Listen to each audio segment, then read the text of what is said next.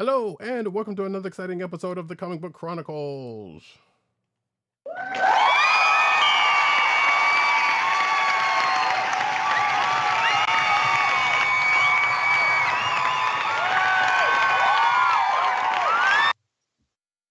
I am your host, Roddykat. You can find me at Roddykat on Twitter. You can find me at News Nerds. You can find me at CBCaps on Instagram. South Carolina with Columbia down the way. And the sound effects you've heard come from none other than our man in Brooklyn, 1agent_70 on Twitter, Instagram, and Threads. What's up, everybody? Co-hosting from the Borough of Kings, taking it back, way back. No sleep till Brooklyn!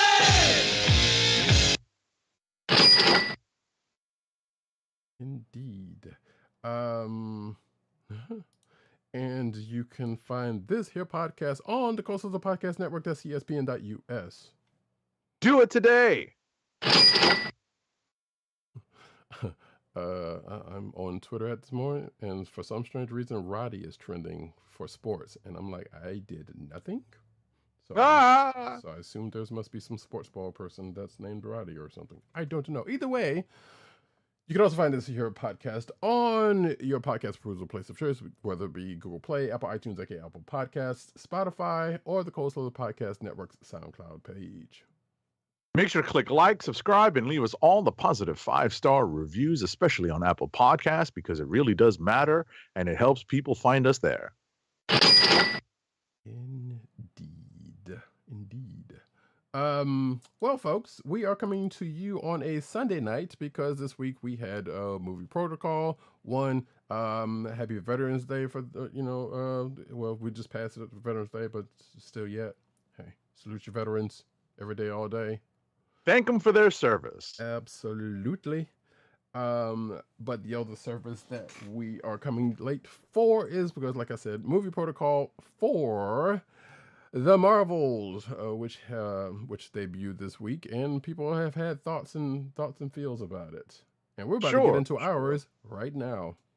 Exactly. So, first up, I think it's important to note, and I like this particular headline from, I believe it was a Forbes article, that The Marvels is a good movie, an enjoyable movie.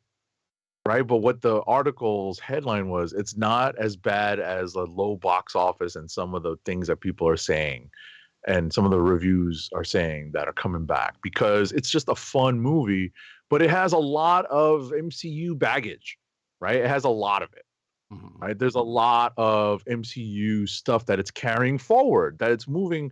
If there's a huge positive for this movie, is that it moves the entirety of the MCU storytelling focus forward, right? We're not going backwards. We are most certainly going forwards. Most of the things here are going to be picked up on in the near future, unlike a half-dead Eternal in the middle of the ocean that we still have not heard anything about since.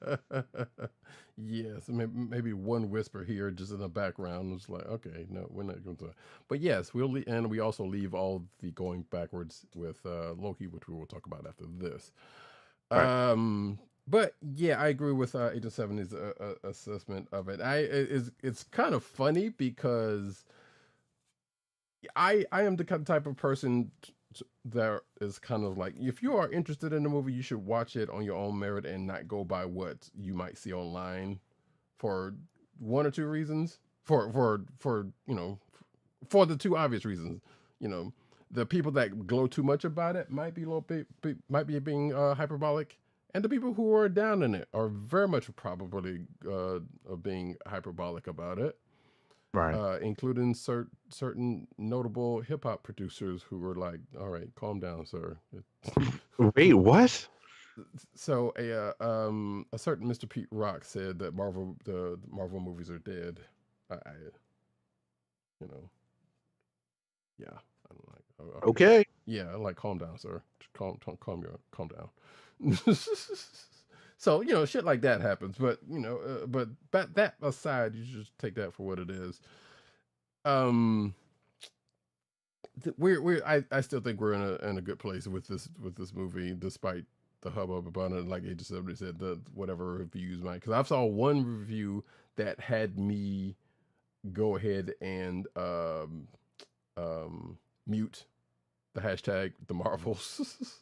Really? Like, oh, well, because it was like Tuesday before it happened, so I was like, okay, let me nip this in the bud right quick before I see anybody else's impressions. And that the person that I did saw was like, well, I don't. It's not like I take these impressions to my heart, but I was like, Right. okay, that person didn't.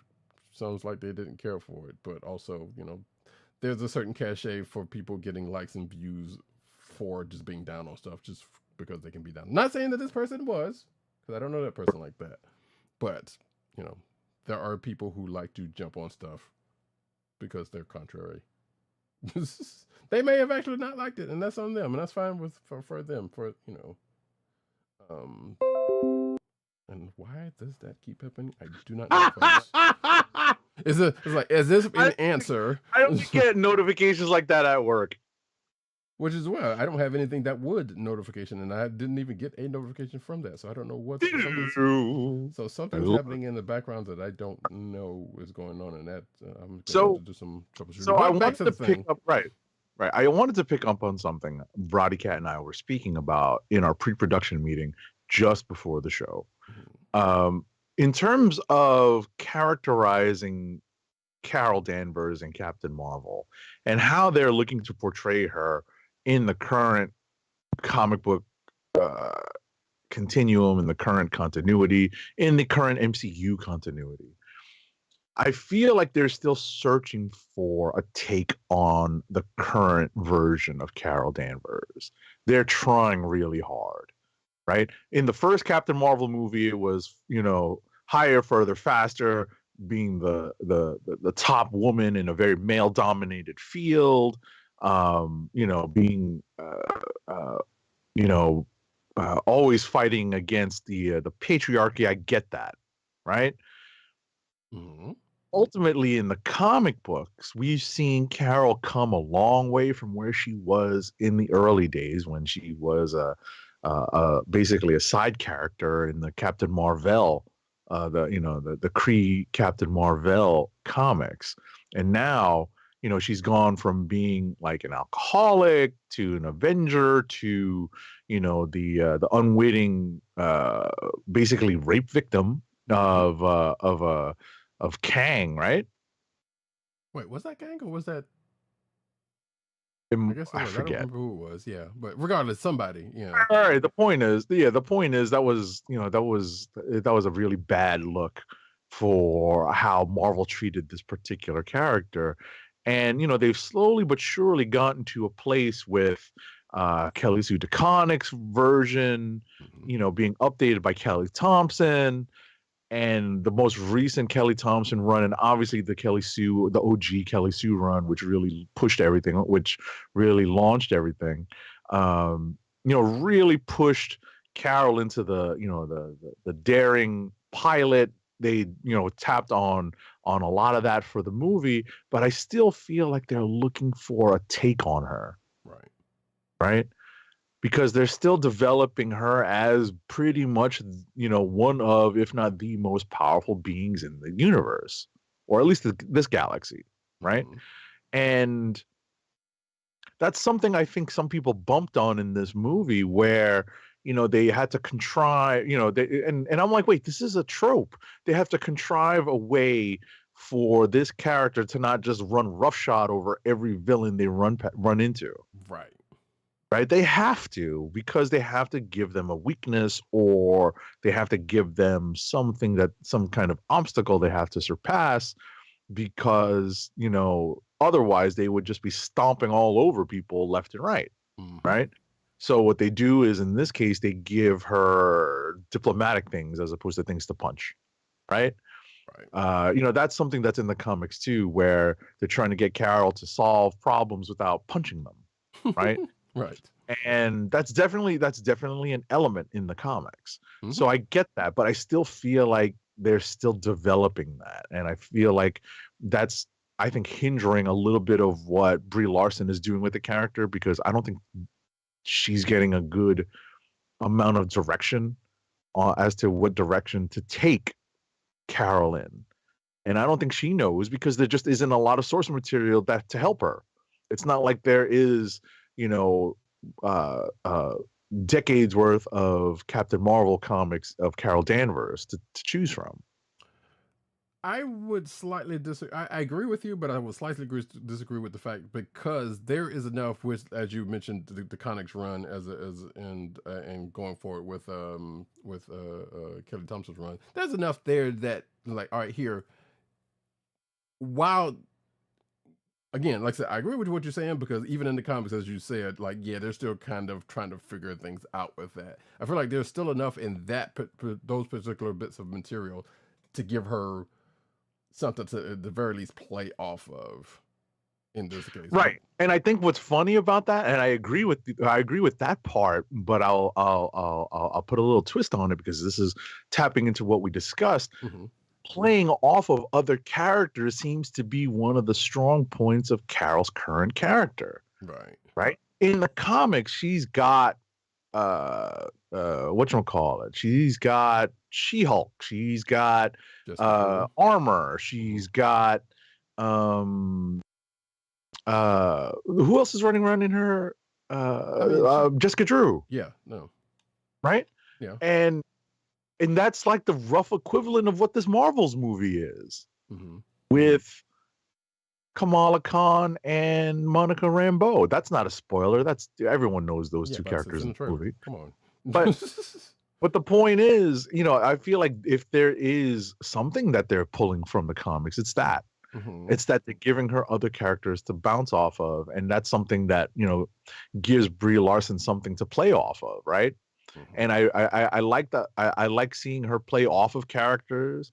It's not even a spoiler that Tessa Thompson is in this movie, and they play off each other even for a moment very well. Wait, I thought that kind of was, but it doesn't matter. What? I mean, unless it showed up in a trailer that I don't. It was in the last trailer. Oh, I see. I didn't watch the last trailer. Neither did I, but I heard that it was. Okay. So well, yeah. So, but because when I saw that, I'm glad I didn't, and I'm good because it was like, you know what, that was a welcome treat for me personally. I was like, I wasn't expecting that because it was like we got to a point in the movie. It's like, wait, what, who, what, and then poof, oh, right, okay, all right. Gotcha. But but going back to the playing off of people in this movie, as Agent 7 I guess was saying, like, yeah, I enjoyed I enjoyed the chemistry between all three, especially Iman Vellani's Miss Marvel character. Yeah. Because her exuberance is still kind of there and was just the thing is she owns that character now. Right. That's her, right? Mm-hmm. Because the character is her. Right. So that's, you know, it's almost like, I hate to say this, it's she, you know, like she almost embodies that character the way we grew to see Evans embodying Captain America, right? Like you see him, it's like, oh yeah, that's doesn't matter what he's playing. That's kind of Captain America. That's almost what's going to happen to Iman Vellani. Right. And based on what we know about her, you know, behind the scenes and you know, in her comic fandom, I'm pretty sure she might be okay with that. Right. Right. So who's you know what? Sorry, go ahead. No, go ahead. No, go ahead. No, what I was gonna mention, and it was on the tip of my tongue, and I feel like it just slipped my mind, so I apologize. I'm gonna try to reconnect to it because there's something I wanted to mention about the movie specifically. If you have any other points to make, go ahead and make them because I'm trying to think of what I was going to say. So I will reiterate a point that I made to Agent 70 before the show, in that if people are going into this and have not seen it, because this is still opening weekend, and still have not seen it, and very curious as to whether you should watch Captain Marvel, WandaVision, and Miss Marvel. This movie does a fairly decent job of kind of giving you a brief overviews of Captain Marvel and Miss Marvel. A little bit with WandaVision, but I would still say, hey, so you can basically go into this movie and not necessarily have to watch those, but they are still good things to watch, especially WandaVision for Monica Rambeau's character, because that's out of the three characters, I feel like that one, kind of came in as a side thing in that, and you don't really get, you kind of touch on it, but you don't get the whole thing. Well, you get the broad stroke of it, of her, how she got her where she is now. Right. Whereas right, in the right, post, wherein as the other two kind of had, kind of had a movie. We both had a movie and a show, separately. So, right. but I mean, go ahead. now I remember what I was gonna say. Okay. Skrulls. Ah, okay. I do not like Skrulls personally. Skrulls continue to get the shaft in the MCU. I don't honestly care, but Skrulls and how this plays off of Secret Invasion is like, it's bewildering to me. That's been like, brought what? up. Yeah, that's been brought up outside of this, and yeah, and it's kind of a head scratcher because basically, well, and that's the reason why I didn't bring up the Secret Invasion, because that feels like this is a separate entity than that, the way things played out. Because I was expecting, okay, maybe we were going to see at least, well, we obviously all know Nick Fury's, it was in that and it was in this, and maybe something else or a thing or two was going to come out of that and come into this. That did not happen at all. Right. So now, and I credit the Midnight Boys on the Ringerverse for this, for reminding me of this when I was listening to their Marvel's review podcast. Was, so there's an instance where Skrulls go back to Earth. I'm not spoiling everything, but that's a minor spoiler. I'm like, wait, is this before, after, during Secret Invasion? If it's after, that's good. That's gonna raise some serious problems. Right. That So- Fury knows about. Right. So I'm just like, what the hell is going on? Wait, where is Coach Lombardi? Hold on.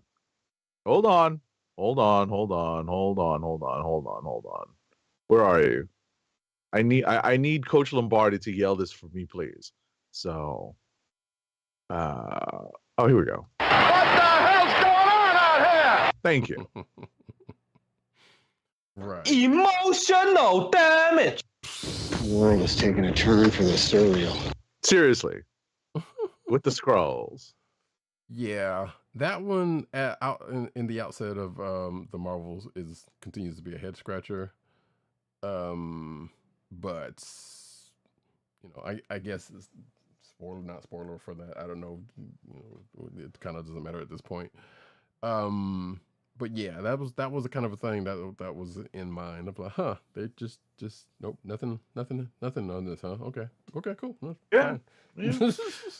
Anyway. All right. So I think that's enough on the Marvels, because we're really going to start getting into spoilery territory if we go any further. Well, so But- we need. I feel like we should at the very least address the fact that, well, one, there's a mid-credit scene.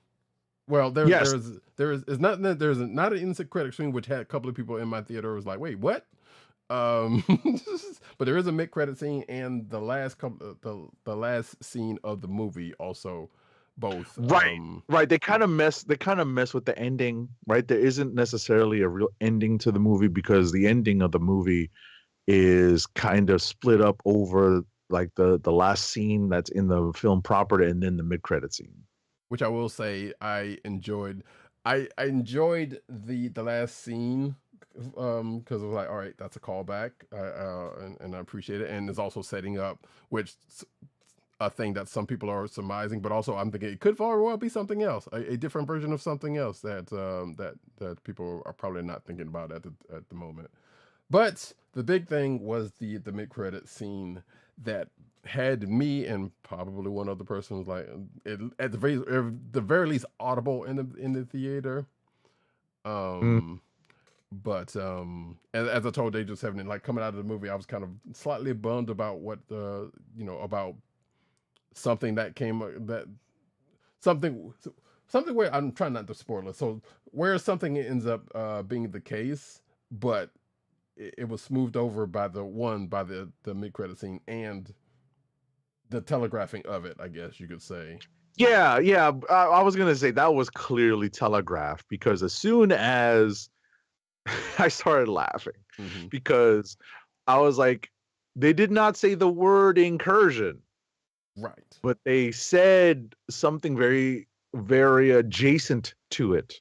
Mhm. And when they said, when a character says, I may get left behind, I was like, oh, okay, I get it. Mhm. I get it. Okay. Right. Telegraphing, Right. you know, toot, toot, toot, toot, toot, toot, toot, toot, toot, toot. Here's our story. Toot, toot, toot, toot, toot, toot, toot. Right. I got it. You Right. know? So I was still kind of bummed about that, but I was like, okay, we see where this is going. Just like James said, and then the end credit scene was like, all right, they brought it on in, and I'm like, cool, all right, fine. I'm still slightly bummed about it, but it was like, all right, I'm okay with this. So far. You know what it is? I like the way they played it. Yes. I like the way they played it because of, you know, it was a specific callback, which creeped me out. I was like, what? You know?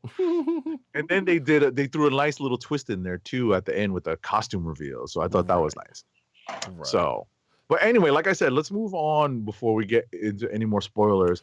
Just people, you know, judge it for yourself. Please go out to go see the Marvels. Try not to wait until streaming, because I think there are parts of this movie that are well worth watching on the big screen. Agreed. So, and don't get weirded out by the singing sequence, which I think probably was in a trailer. So or at the very least alluded to in a trailer, if not seen. So that's not that big of a spoiler. But yes, yeah, agreed. Go in with fun in your hearts.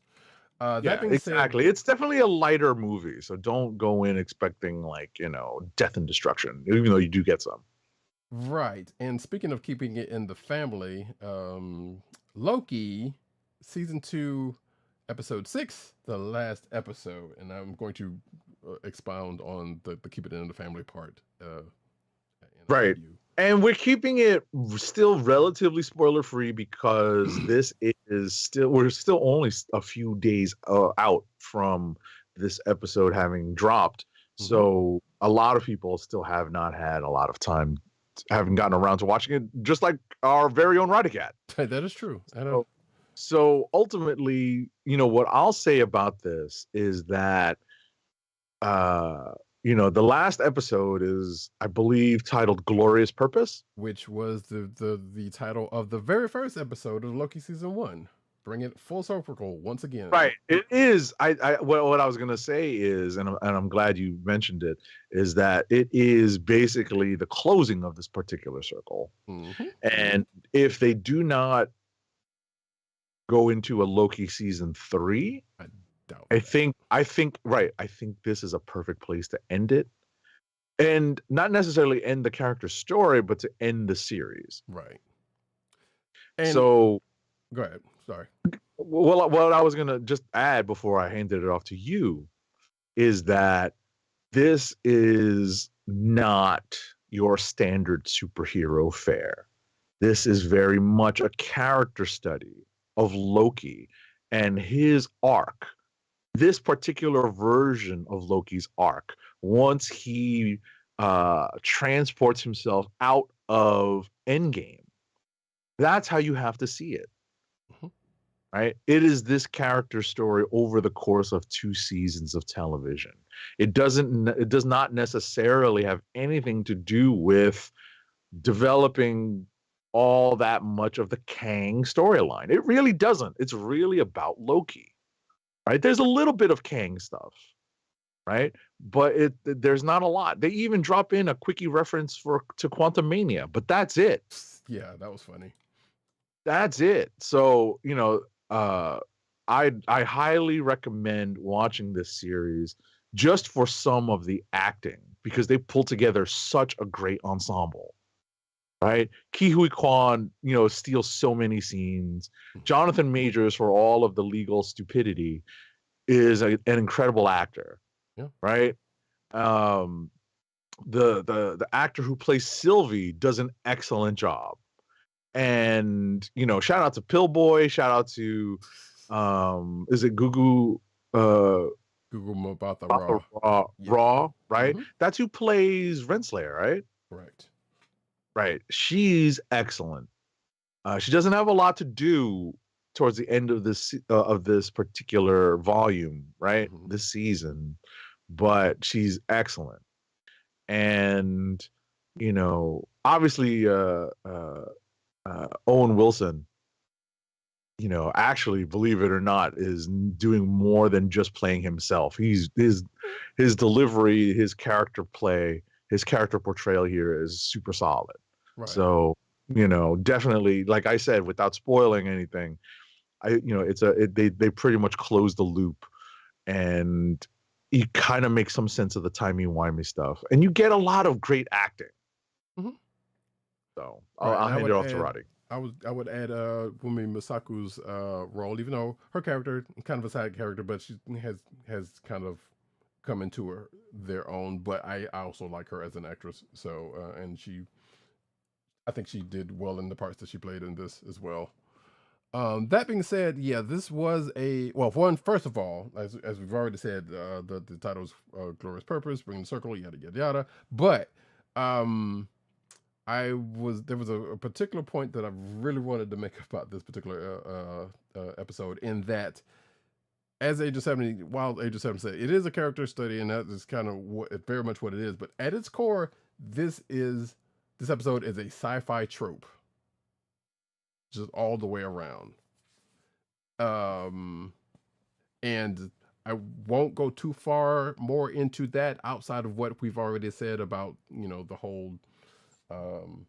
You already know there's a whole space-time thing going on here throughout this whole season, and if you are versed enough in sci-fi, you will understand what I mean in the first couple of minutes of the show, because, like I said, it is a well-worn trope in science fiction shows that this episode does well. By the way, so this, it's not saying it's a war trope. Well, it is kind of a war trope, but if done right, it can produce a pretty good episode. And this, I think, in that case, this has happened. We pretty much, almost in 80s fashion, we kind of get like, well, we don't get we kind of get a where are they now type situation. That's kind of a spoiler, but not really. But it sets people in their places, including the title character, and also potentially another character who does end up showing up, who Agent 70 said didn't get a whole lot in the last half of the season, but maybe setting this character up for future stuff, no pun intended, in the MCU. Right. If they are continuing to go the same course that they've been set out before, like we're talking about, Jonathan Major's legal troubles have beset, but we don't know that. It also felt like this episode might have been kind of doing a little skirt of that, but given how long ago this show was, I'm not was produced, I should say. Not sure if they were able to do something like that unless they went back and done reshoots, and we've also been in the middle of a strike, which has recently tentatively ended. So, which I don't think I put news on that, but yeah, folks, you're doing great. Guess what? You both wrote it, and you both did an excellent job. Wait, what happened? No, I'm just thinking of some of the trope, some aspects of the trope that you were talking. I think we're both talking about, right? And some of the lines that Loki gets to deliver. Oh, right. Yeah. Right. This is perfect, Right. So that's what, and that made me giggle, because like, yes, and matter of fact, I feel like I've seen something similar with that has done a similar trope that kind of played it in a similar way, which most times it will play out something similar. That's like, okay, yep, they're doing it that way. So, but yeah, there's really not much else to say about this episode. Like I said, you should definitely go check it. I think it's a fairly decent capping off of this show, and capping off of the much storied. We don't know if it's finished yet, but I feel like to this point, the character of Loki is in a place not totally outside of, I think we've mentioned this before, of where this character kind of sort of was going in recent memory in the comic books because they were kind of set him up as is not a trickster god, but something else. But I think they might be also reversing course back to that recently. Right. And also it's just another variant, right? We're talking about a variant of Loki, plucked out of the time stream. Correct. So, we'll see where this character goes from here. Right. If they choose to do something else with. And so going back to what I was saying about keeping it in the family, those who may or may not know, Thomas Hiddleston's wife played the big bad in the Marvels. Right. So, to which I just found that out fairly recently myself. So I was like, oh, okay. And I suddenly certain things about Mr. Hiddleston make a whole lot more sense now. But they're married. They haven't been married that long, so that's But yeah, I was about to say he was Loki before. I know, married. But yeah. So, but we also don't know how their really engagement was or whatever the case may be. Regardless, it doesn't matter. But still, I still stand behind that statement. So it's kind of amusing. It's like, huh, okay, yeah. See, I was going to say something that was going to possibly spoil the Marvels. But I will say something about going back to the Marvels real quick. I thought that character was going to end up being a version of a recent Captain Marvel new character. But that did not happen. Right. Anyway, folks, so I think the last thing we'll cover in our watch party section basically is Invincible. Now, Roddykat did not watch it this week. All I will say is that this is the second episode of this kind of like first half of the season, because they're dropping 4 episodes this portion of the season, and then they're going to drop another 4 to finish it off. Very anime style, really. I believe next year. Wait, is it another 4 or another 6? Because I thought it was another 4. I think it's 4 and 4. That's a slightly bummer, but sure. But these are longer episodes. So you're right. Exactly. They are. Yeah, exactly. They are long episodes. My understanding is that it's 4 and 4. Sure. So there's just plenty of story moving forward in Invincible. Whether or not there's anything solid being developed in terms of like this season, I think we're not yet to the halfway point of this. We're still only 2 episodes, and even though these are long episodes, we're seeing some development on Mark's behalf, on Adam Eve's behalf. I still haven't gotten around to Adam Eve's special, but I'd like to try to get to it this week. That's good. But there's some stories being developed for those 2 characters over the course of this season so far. So that part is pretty interesting. It's pretty the stories are pretty engrossing. Okay. Yeah. All right. That show's been pretty good. Well, that so far anyway. But yeah, I'm looking forward to watching that episode when I get around to it. Definitely. All right. So we are going to move on to our comics of the week. Meanwhile, at the Hall of Justice. And we start off with Amazing Spider-Man number 37, which is the only book that we have in common. Yes, it is the only book we have in common this week. It's written by Zeb Wells with pencils by Ed McGuinness. There's an interlude with art by Emilio Laizo. Inks on Ed McGuinness's work is by Mark Farmer, Wade Vaughn, Grawbadger, and Ed McGuinness. Colors are by Marcio Miniz and Eric Arciniega, and letters are by our favorite lettering by Son, the hardest working dude at VC's Joe Caramagna. So I will help lead off the conversation on this issue by saying that we know we're getting into the gang war stuff. It's even on the cover. But guess what? We're still dealing with limbo stuff. We're still dealing with dark web stuff. We can't get away from this stuff fast enough. So I'm kind of reading this, with an eye towards just getting to gang war already.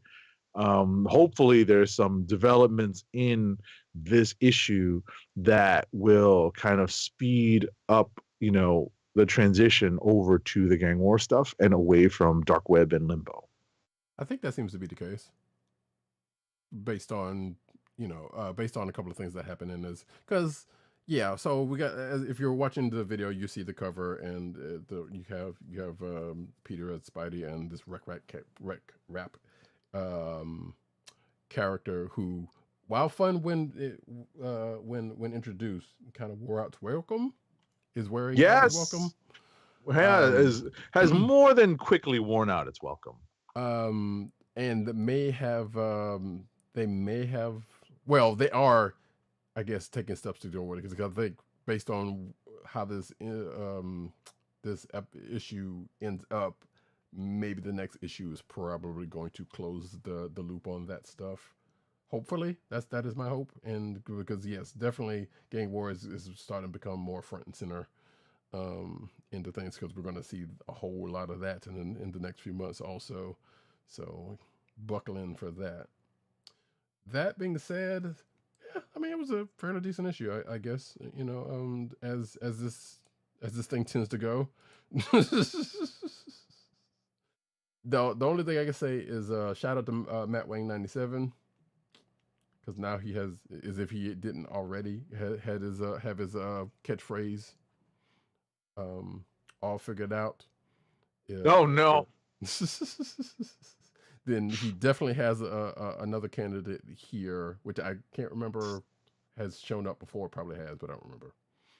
That's funny. That's also funny.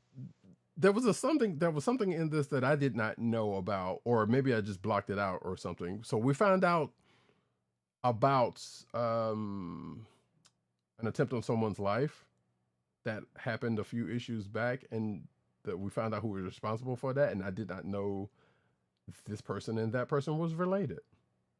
Oh, okay. And I'm sort of like, because I know both of the characters, I was like, what? Did I really not know that? And I'm like, what? But I did not know the connection between them. So that part was weird. But also that, I'm like, okay, sure, I'll accept it. I just got to go back and find out how did that come about? I mean, obviously, well, outside of biological means, like when was that exposure happened? I don't know. Whatever. So, Gang War, folks, and whatever this limbo thing is going on is getting taken care of, and this mysterious repossessor, who I have a feeling I know who it is, but I suspect we're not going to know until probably the next issue who that actually is and how they know Peter. Right. That being said, rapid fire. All righty, here we go. Rapid fire reviews. I ain't got time to bleed.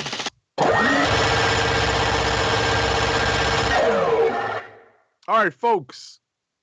Guess what?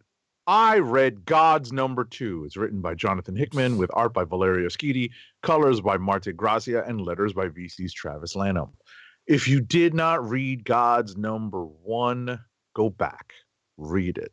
I read God's Number 1 and 2 this week, back to back, and it took me a while to get into the rhythm of reading Jonathan Hickman, mumbo jumbo, TM, copyright. No, actually, no, not TM. Copyright at TimDog98. It took me a while to get into the rhythm of reading the Hickman mumbo jumbo, but it was worth it. I see what he's doing. I see the story he's laying out. I think it's worth everyone's time to read it. I think it's well done.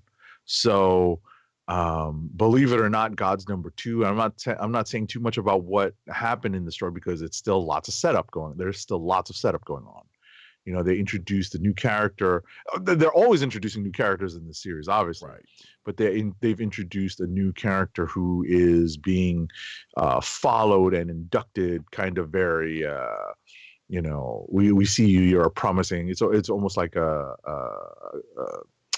whatchamacallit, Eggsy, what is it? What is that? That movie was based on a Mark Miller. Kingsman. Kingsman, right? It's very Kingsman. Eggsy. Yeah. Right. There's the very Kingsman aspect to this, but yeah, believe it or not, this is an actual Dark Horse Click of the Week pick for myself. Next up is Guardians of the Galaxy number 8. It's written by Colin Kelly with Jackson Lansing. Pencils are by Kev Walker. Inks are by Walden Wong. And colors are by Matt Hollingsworth with letters by VC's Corey Petit. We're another step into the Groot Space story. And apparently it's still going to take a little while. I wish it didn't take this long, to be honest. Because next issue is a very Mantis-centric story. I feel like they need to just finish this Groot Space story as soon as they can, but they're just taking their time. Next up is actually a pretty surprisingly fun read. It's hard to say something is fun when it's titled Thanos number 1, right? It's written by Christopher Cantwell with art by Luca Pizzari, colors by Ruth Redmond, and letters by VC's Corey Petit. This issue is an interesting start to a Thanos series because Thanos is not in it for the most part. He's in it for very little. It focuses on a seemingly familiar character to everyone, though. So, I will leave it at that. That is, I think, a good tease for anyone who might be interested in picking this up and reading it. It's actually pretty fun. Next up is X-Force number 46. It's written by Benjamin Percy with art by Robert Gill, colors by Guru EFX, and letters by our favorite lettering paisan, VC's Joe Caramagna. So, if you've been reading X-Force, you know that Pyotr Nikolaevich Rasputin has not been himself. And you found out that his brother was behind it with the aid of a mutant who was basically manipulating Peter to do his brother's bidding. All of that comes to a head in this issue.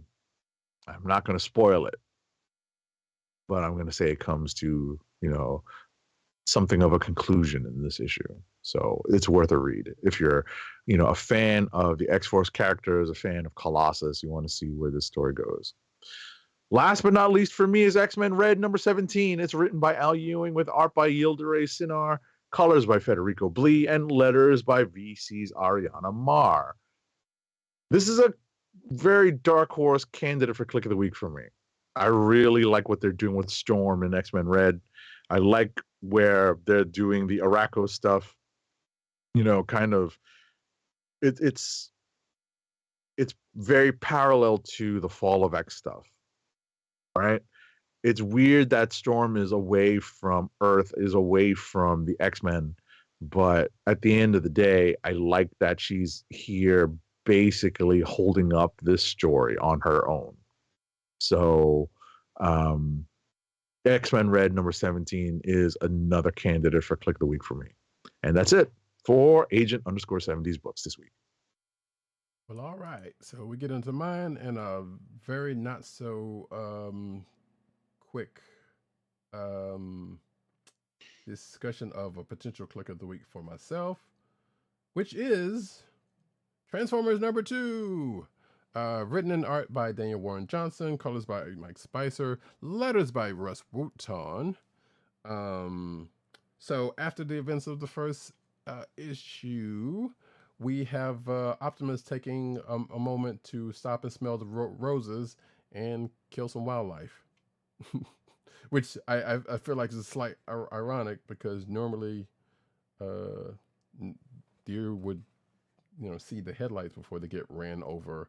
But in this case, that doesn't happen. But a deer made a fate, and Optimus felt very, very bad about that, as he is trying to take in the Earth and learn things from Spike as they talk, and actually learn about each other as they talk before things start to get into what would say classic Transformers fare. In that, hey, we need.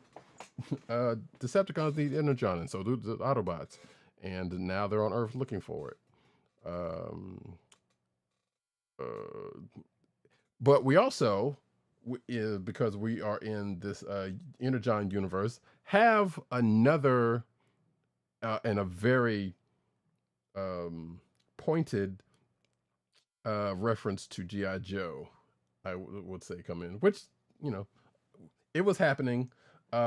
Even the first issue was like, okay, I see where this is going, and sure enough, that played out into this, because there is a character that kind of shows up in this that's going to have a book or a miniseries leading into the G.I. Joe series proper. And I believe that series is coming up fairly soon. That miniseries is coming up fairly soon. So all I'm going to say is, if you've seen this rap sheet, it says Man of Action. You may know who I'm talking about.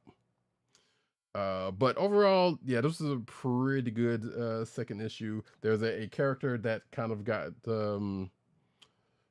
pushed to the side back in the old G1 series, who is now slightly more front and center thanks to what happened the last issue, funnily enough. And I guess they're trying to pump this character up a little bit more, and it has a fairly amusing interaction when they come into play. And we also, of course, get our Deceps, and even a cameo for the big bad of the Deceps in this. So yeah, good stuff, folks. I've been enjoying it so far. Hopefully it keeps up and keeps going, and this whole universe thing pans out for them, hopefully. Next up, though, is Met Cadets number 4, which I know Agent 70 is going to read at some point. And Met Cadets number 4 of 6, apparently.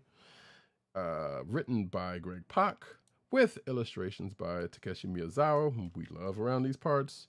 Colors by Ian Herring, also who we love around these parts. And letters by Simon Boland, which I don't know much about. This is pretty much furthering the story of Met Cadets. I don't know if Agent 70, do you remember reading the last issue, or you haven't really caught up with the series?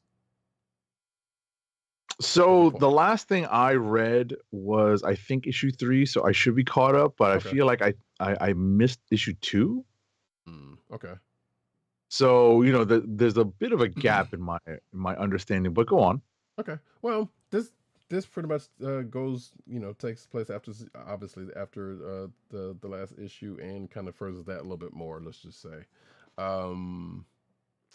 Because after something that happens in that issue, there's some movement on that, but also we get to find out what the enemy's kind of wanting, or what was the enemy wanting so far, and that is going to be something that's going to have to be dealt with in the next issue. We shall see how that plays out. No, I apologize. I've read issue 2 but missed issue 3, so it's the other way around. Well, then what I said still can, yeah, still can stand. That's cool. Next up, Birds of Prey number 3.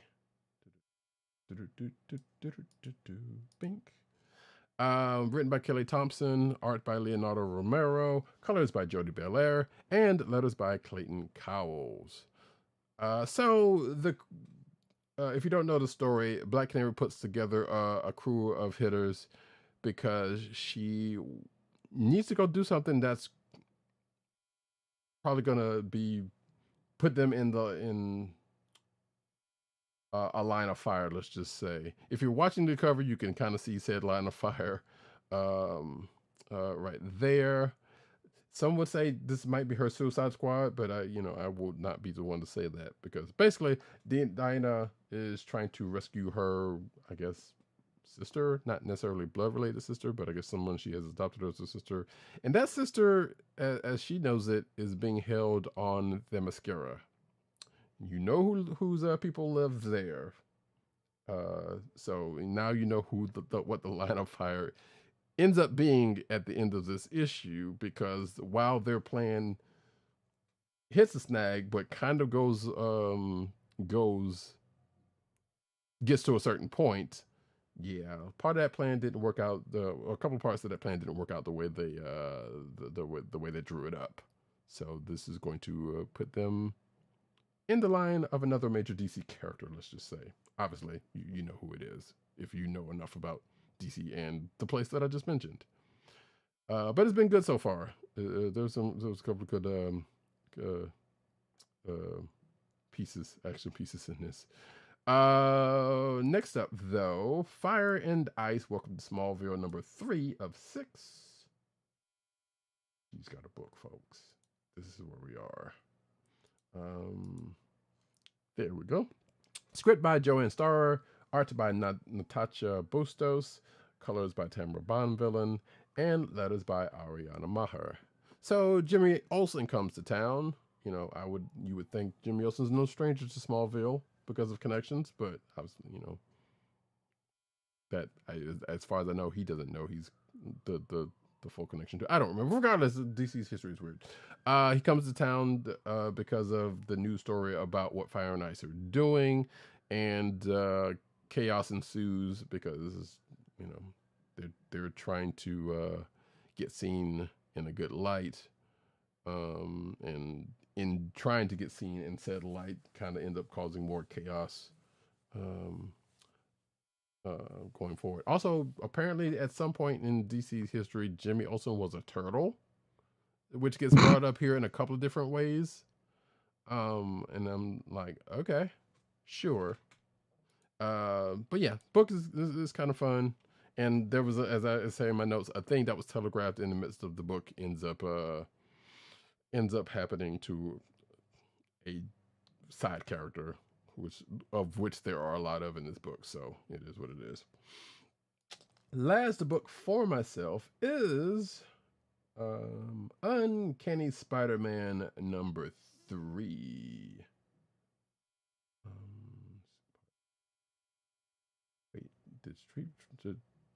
Damn it, that came out and I didn't read it. Fuck me. All right. Anyway, written by Sarah Cy Spurrier, art by Javier Pena. Color artist Matt Miller, and letters by VC's Joe Caramagna.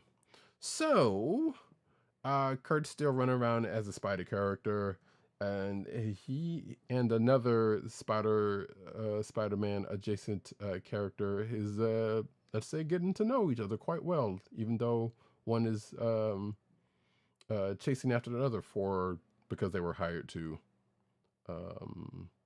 But apparently they are keeping up with this, probably because of reasons of their own. And of course, Orchis is involved, and for some strange reason, not so strange reason, the Vulture's got a job with him, and somehow has gotten a hold of Warlock, and has been using techno-organic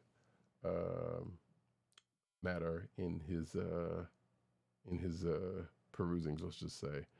I don't know if we're gonna actually get into how that happened, or maybe because, and I'll be honest, I kind of skimmed through most of this book, so I don't remember if they actually do go and mention how that happens. But nevertheless, we have what we have. Also, there was a pretty amusing Batman nod that the Vulture mentions at the beginning of the book. I'm like, okay, I feel like that's pretty clear to anyone who knows enough about what people like to say about Batman. But in this case, for, I guess, the villain side. So there's that. And that, folks, is it for me. Kliqs of the week. Kliqs of the week. I totally forgot to ask if anyone had a click, but I know we also have people that are catching up with stuff and are busy doing other things. So right, and this is what happens when we're constantly recording off schedule. So hopefully this week we can get back to our normally scheduled programming. Right. I'm very curious about what one person thinks of a book that I'm about to probably about to mention. But do you have yours? Was there something Star Trek-y out this week? No.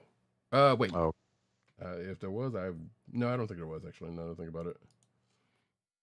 But now you got me going looking. Because I'll be very upset. Well, Star Trek Defiant came out, and Picard's Academy came out. Yeah. Fuck, I mixed both of them.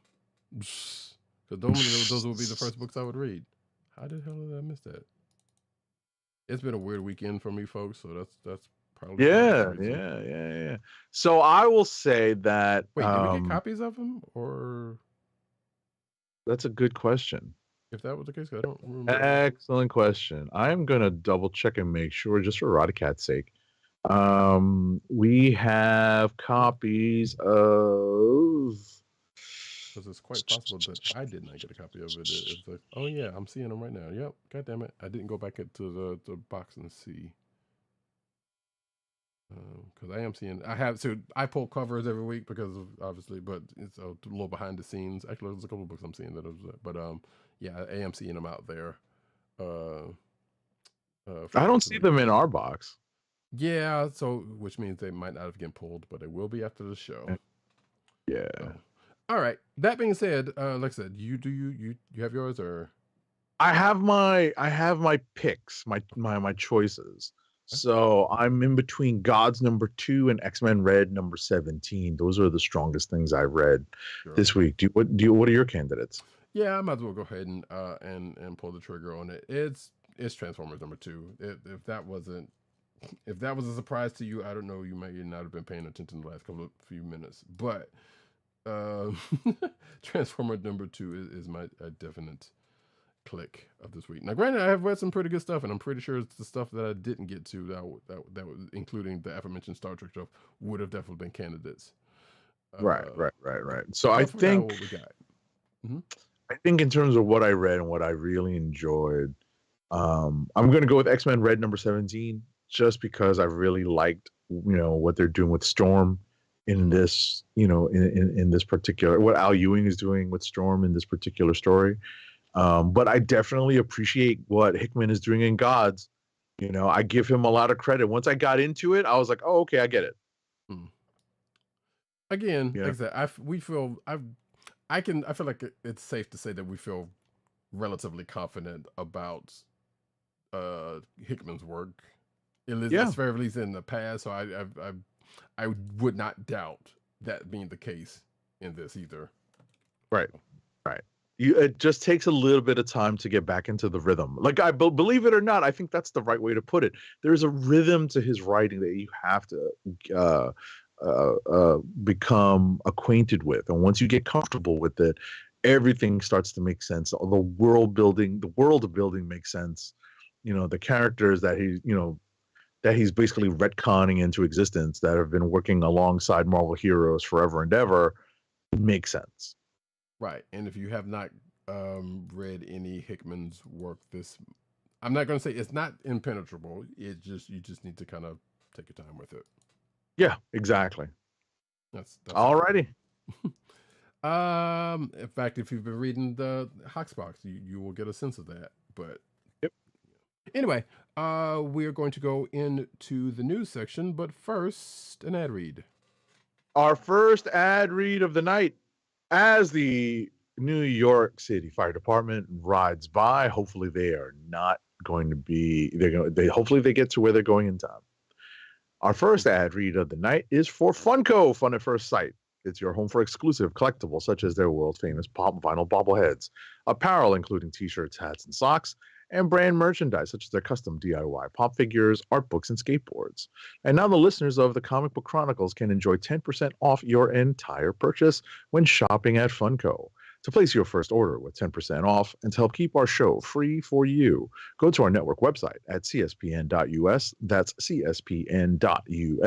Then click on the Keep Our Podcast Free link at the top of the page. From there, scroll down to the Funko link and place your order. When you get to the checkout, put in the offer code SHOP10 for your 10% off discount.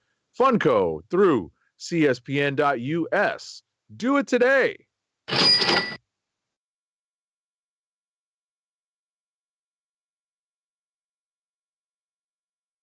Ready?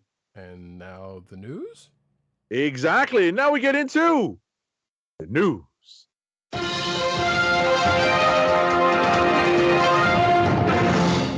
was going to say, you threw me off for a second, because normally you would have just gone ahead and said it. I was like, wait, did he freeze or something?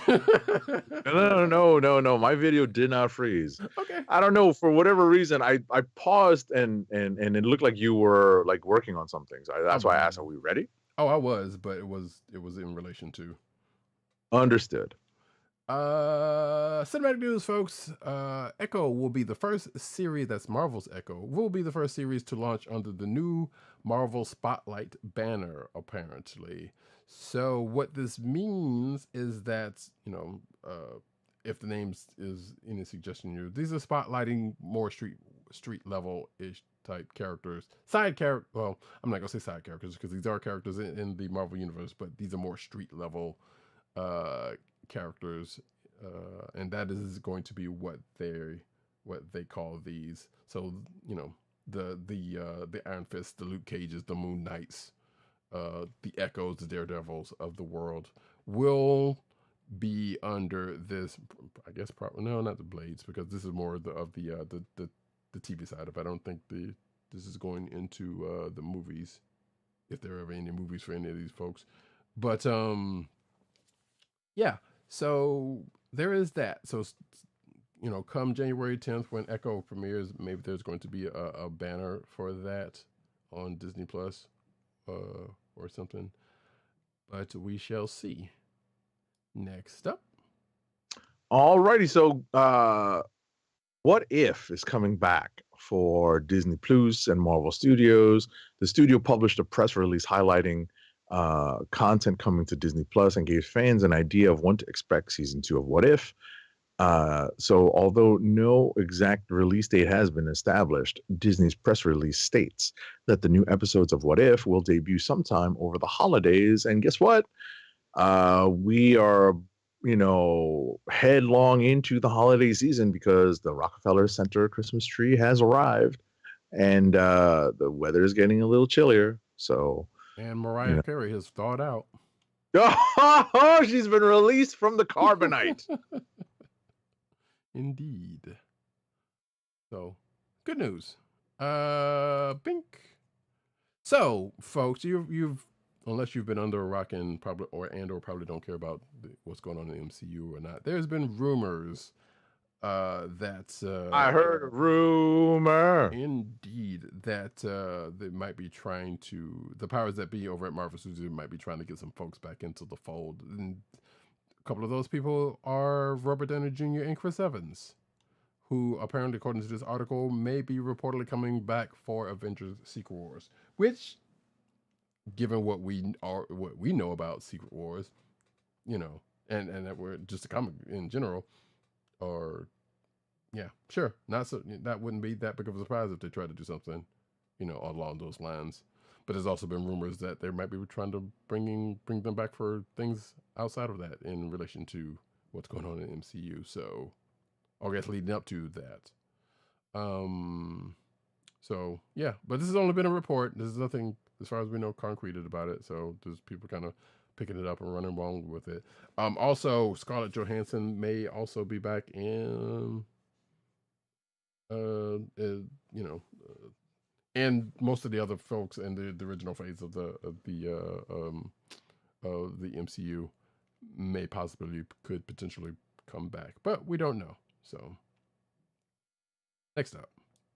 Listen, if it's really the Hickman Secret Wars, of course they will. Yeah, hopefully. So, one of the fan favorite moments of Star Wars' Ahsoka series at the end of season 1, spoiler alert for the people who have not watched Ahsoka yet, was the appearance of Hayden Christensen as Anakin Skywalker. And now Lucasfilm has officially revealed why he appeared to his former apprentice as a Force ghost in the finale.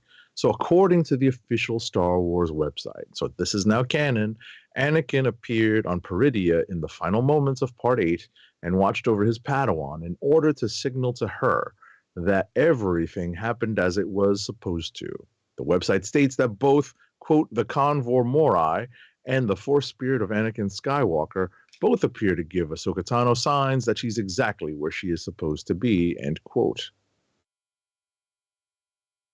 Yes, no funeral pyres and no Ewoks celebrating were happening. Right. As this went along. Right. Oh, you know what? There's something I need to mention later on. But anywho, so yeah, that's that. So folks, in big corporate eating slightly smaller big corporate streaming services, I guess. I don't know. I didn't work that one out well. Disney will start testing a combined Disney Plus and Hulu app next month.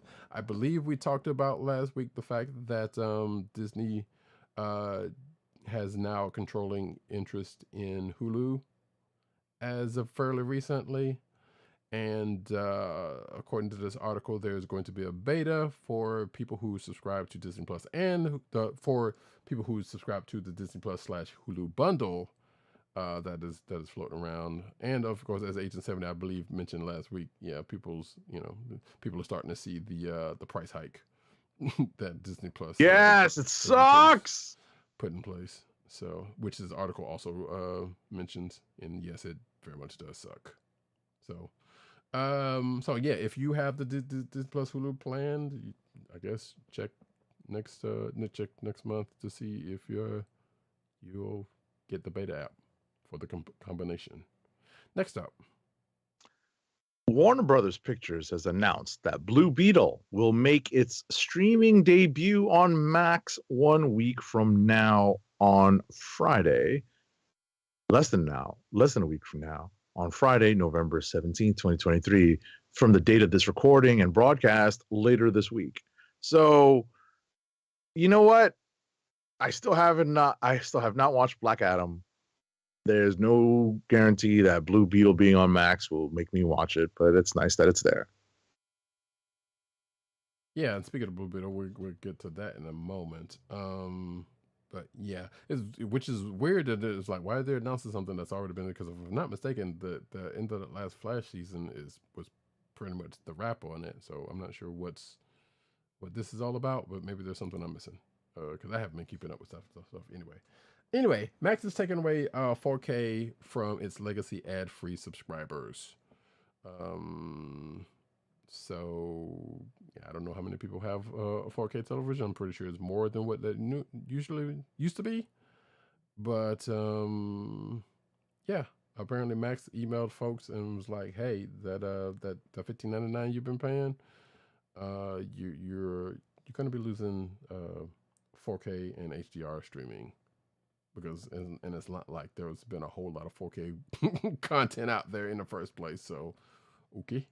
But if they want to keep said thing, you got to up it to $19.99, so or a whole big fat $20 to kind of keep that quote unquote perk. Which that sucks, but also that's sucks because that's the way they're these services are handling things. Yep. Yeah. Next up. So apparently fans are eagerly awaiting the continuation of The Amazing World of Gumball with season 7, and it appears that a release window was announced. So let's see here. When's the new release window? All right, so they're now working on season 7, blah, blah, blah. When can fans, this is free? Oh, mid to late 2024. Okay. I have no idea what The Amazing World of Gumball is. It is a kind of a slightly bonkers show, but it's so good. It is really good. Okay. I've watched a bunch of good episodes. Like this is one of those like kind of, I guess within the last 5 or 10 decades, this show came. Oh, not 5 or 10 decades, but 5 or 10 years, this show came along. So the younger folks in the crowd will definitely know it more than we probably would. But yeah, good stuff. So we alluded to this earlier, or we talked about this earlier. SAG-AFTRA approves deal to end historic strike. So yay. And people have already been kind of getting back to it from what I've been seeing online. Like left or right, I've been saying, like, yeah, I got a call to get back on the set or this and that and the other, or yay or yippee, and I can talk about this now and all this kind of stuff here, this and that as the tentative deal, gets inked.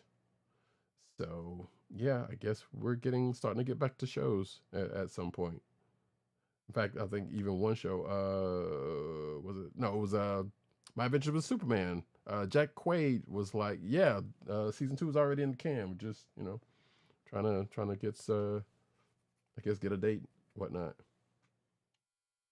And such and that. So yeah, yay.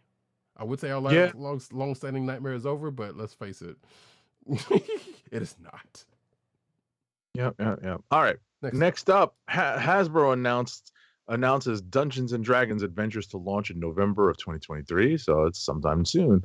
So Hasbro Entertainment has announced the Fast Channel is launching 3 original series of Dungeons and Dragons Adventures beginning Monday, November 13th. That's tomorrow as of this recording on the free ad-supported channel Fast, available on Amazon Freevee and Plex, with more platforms to be added. So the Dungeons and Dragons Adventures series includes Faster, Purple Worm, Kill Kill, Encounter Party, and Heroes Feast.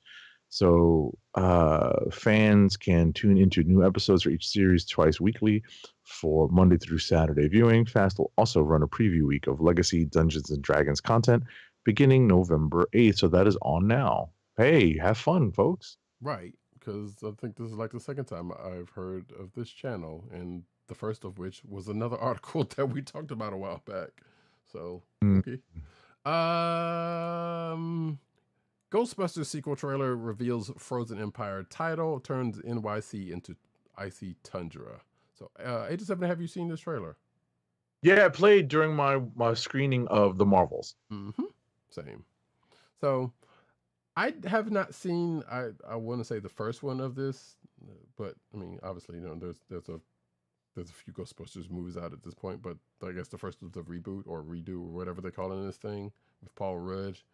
I have not seen that particular movie yet, so I guess Ghostbusters fans will be happy to know that, and I don't know if any of them showed up during the first one, but yeah, some of the original Ghostbusters, or all of the actual original Ghostbusters minus Egon, rest in peace. Yeah, I was gonna say the ones who are alive. Yeah, right, show up in the trailer, and yes, that includes Bill Murray, because obviously that one has been a wild card in this for quite a while.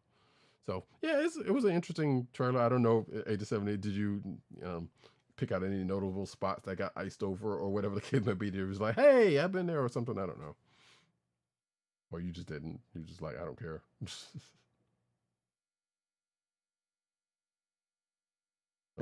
Alrighty, next up. Okay, I guess he didn't care. wait. I'm sorry, I got distracted by something. What was the question?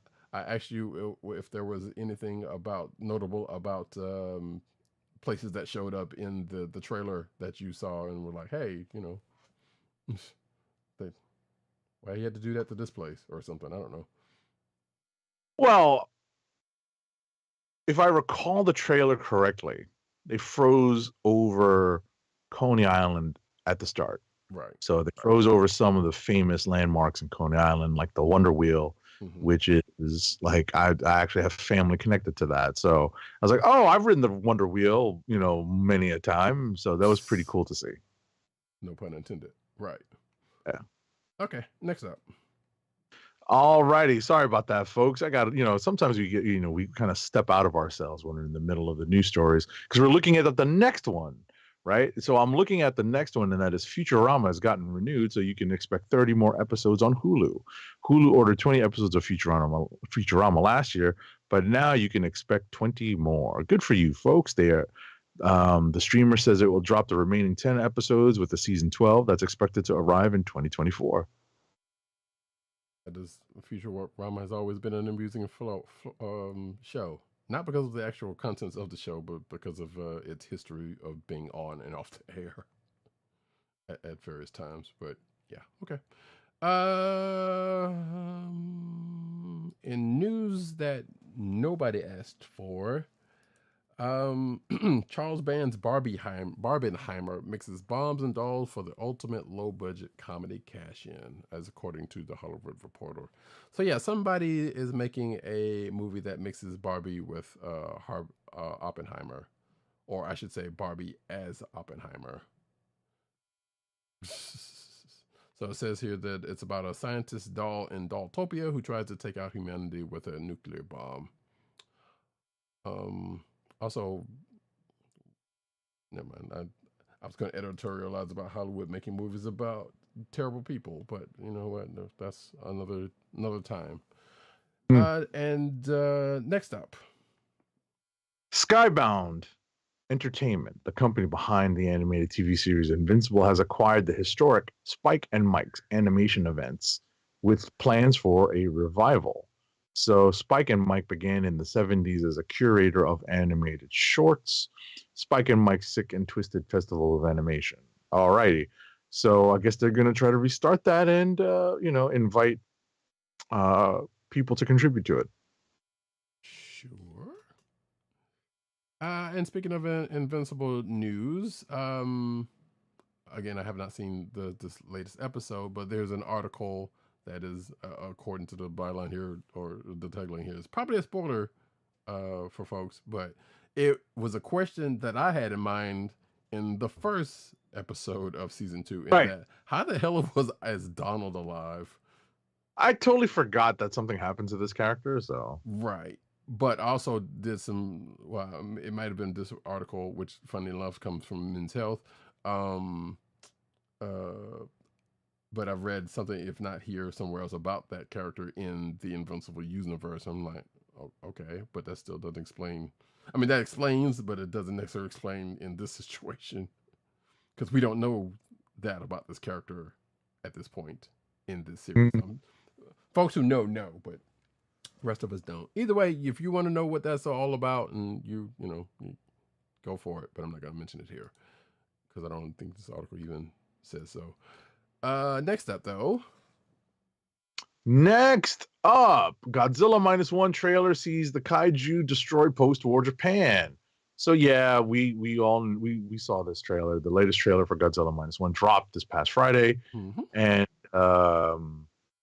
yeah, I can't wait for this movie. We may not necessarily do movie protocol, but I'm definitely going to go and watch this movie opening weekend. Looks good. It looks good. Next up, no, not yet. Nintendo announces a Legend of Zelda live action film because that Mario movie did pretty damn well, so I guess they're gonna keep the train rolling. So yeah, apparently, and yeah. Anyway, like I said, live action Zelda is going to happen, and of course, Avi Arad, who has been a part of a lot of these more recent video game to screen productions. Actually, well, obviously, if that name is not familiar to you and other from the Marvel world, then hey, I don't know, you might do some research. Anyway, regardless, says the film will be produced by Nintendo and Arad Productions, with Wes Ball selected to direct, and says here that Nintendo will finance more than 50% of the movie, because all in, with worldwide theater distribution handled by Sony Pictures. Because they're basically like, you know what, that last one worked for us. Here's our chips. We got this. Which, you know what, I would say Nintendo can't do no wrong, but they can.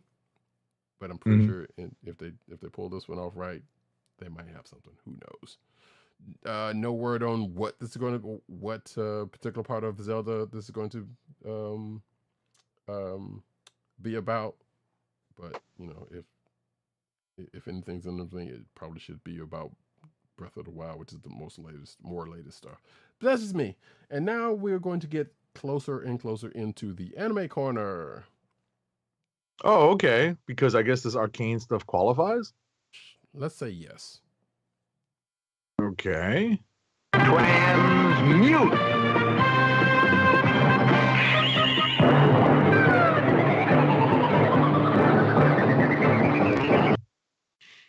Alrighty. So Arcane is finally coming back for a second season.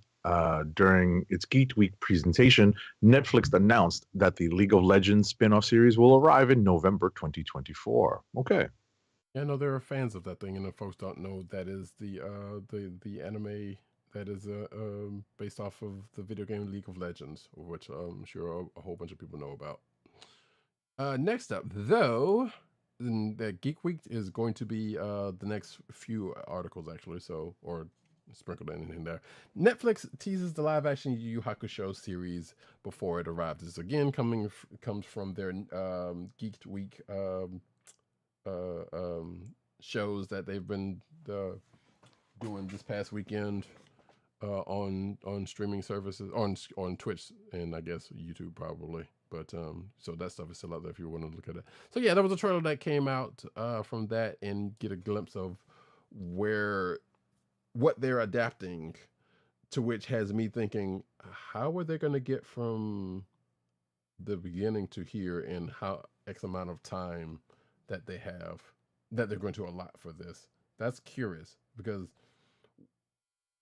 obviously you could say some things could be skipped over, but I'm like, some things like they're going to pull a lot, unless they're not doing the tournament, which that's, why would you not do that? Anyway, if you're a fan of Yu Yu Hakusho and are still somewhat hopeful for live action adaptations, you haven't taken a look at this teaser trailer, which apparently shows off of, I don't know how to feel about that spirit gun, but hey, here we are. You can check it out out there on the YouTubes and whatnot. Next up. All right, so there are in the works a John Wick anime and a TV show separate from the Continental, and they are in the works, says director Chad Stahelski in an upcoming episode of the Discourse podcast. So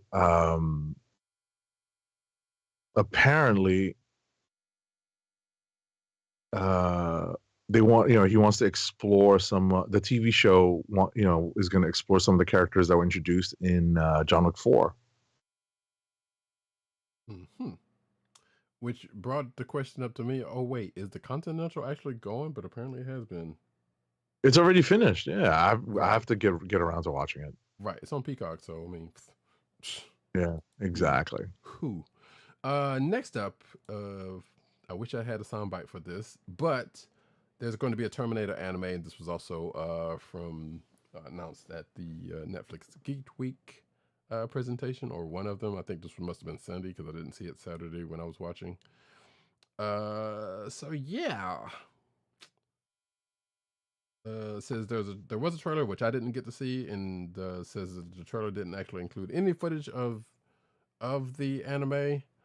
Oh wait, I think I did see this actually. The only thing it said was like, there is no fate on August 30th, 1997. 2 days from now, everything changed, and I did see that. So if that was all there was to it, then yeah, there it is what it is.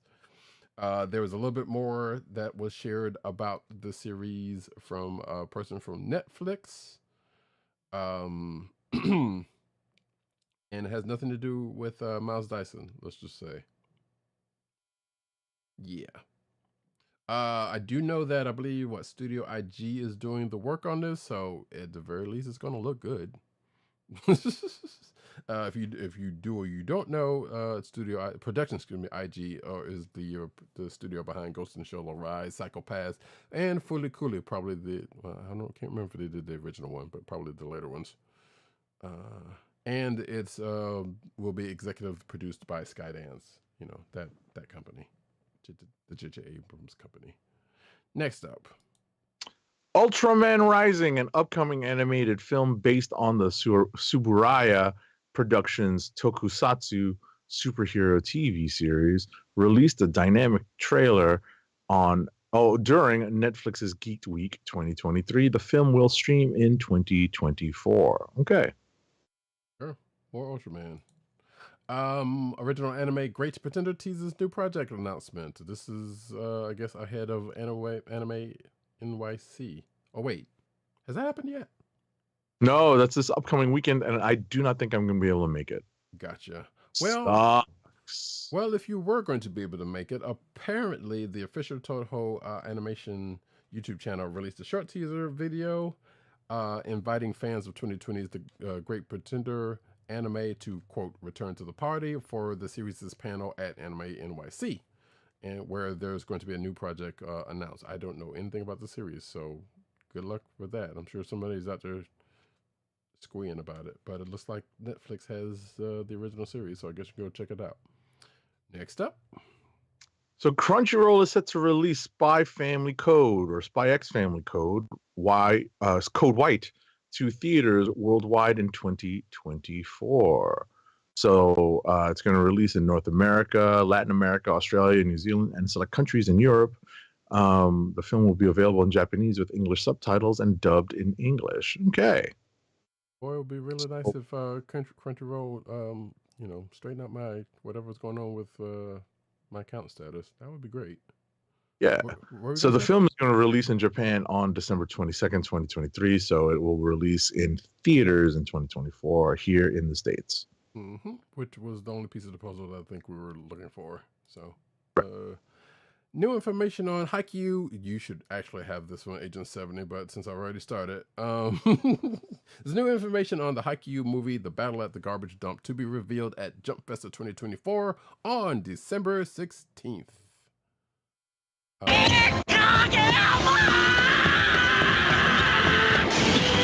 Can't wait.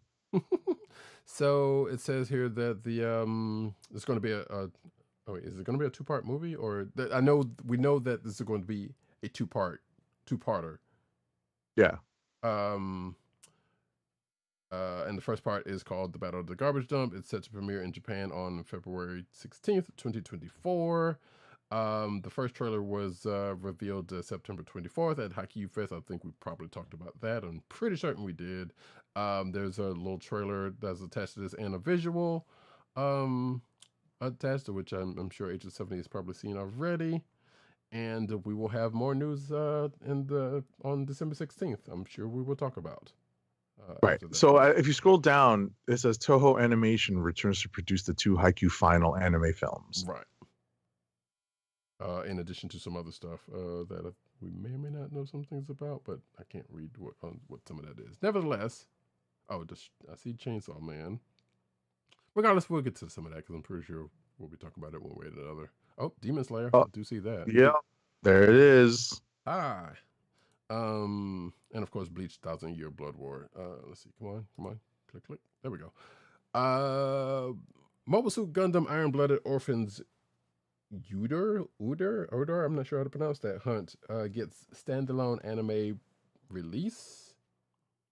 So apparently, as a spinoff, was a part of Iron Blood Orphans smartphone app. So I guess it's going to get released outside of said app on January 11th, 2024. I still have yet to finish Iron Blooded Orphans. And a lot of Gundam series, but that was an interestingly weird one for me. But yeah, there's a teaser trailer, and outside of that, not much is being known outside of the aforementioned date. So, wait, I'm sorry, wait, back up. So it's being released because that app is being sunsetted on January 11th, 2024. So we actually don't know anything outside of that. There you go. Next up. I was about to say we're going into the manga corner, but I just wanted to touch on the fact that the final episode of the anime adaptation of Attack on Titan dropped this past weekend after our last show. And guess what, folks? It was epic. Dedicate your hearts, folks.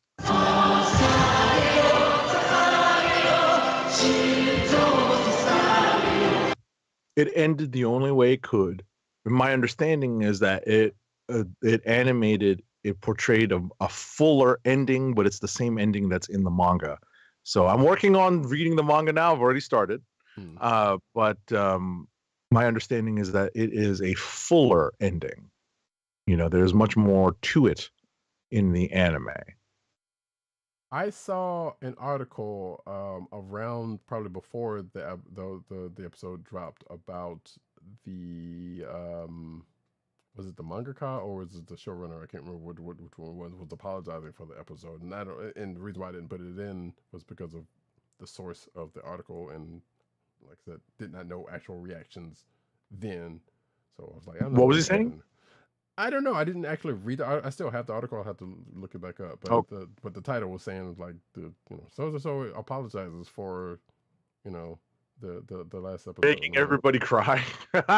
Maybe, probably, possibly, yeah. So I don't know. I'm not sure. I would have to read the article. I know a lot of people had very emotional reactions to the finale, and people I know, believe it or not, one of the folks I play volleyball with on Sundays said to me she still couldn't bring herself to watch it.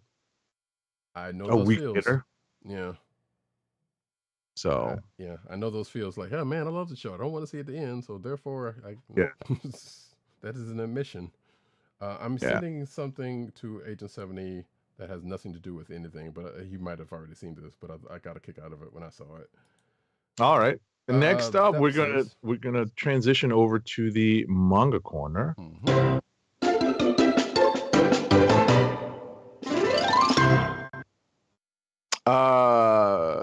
So let's see here. So we've got some award results. So Yes, the Hugo Awards. Yeah, so these are the Hugo Awards. The 2023 Hugo Awards were announced on October 21st, 2023 at Chengdu Worldcon, the 81st World Science Fiction Convention. So there's a bunch of winners here listed. Shout out to Monstrous Volume 7, Devourer by Marjorie Liu and Sana Takeda from Image Comics. Saga Volume 10 by Brian K. Vaughan, Fiona Staples, and Phonographics, and Supergirl Woman of Tomorrow by Tom King, Bilquis Evely, and Mateus Lopez from DC Comics. So yeah, there's a list here. Make sure you guys take a look. Yes, Jason Aaron takes on DC's Dark Knight. Takes DC's Dark Knight out of his comfort zone in Batman Off-World preview, of which I think I might have seen in the back of one of the books I read or something, or something towards it. But I'm like, I don't care.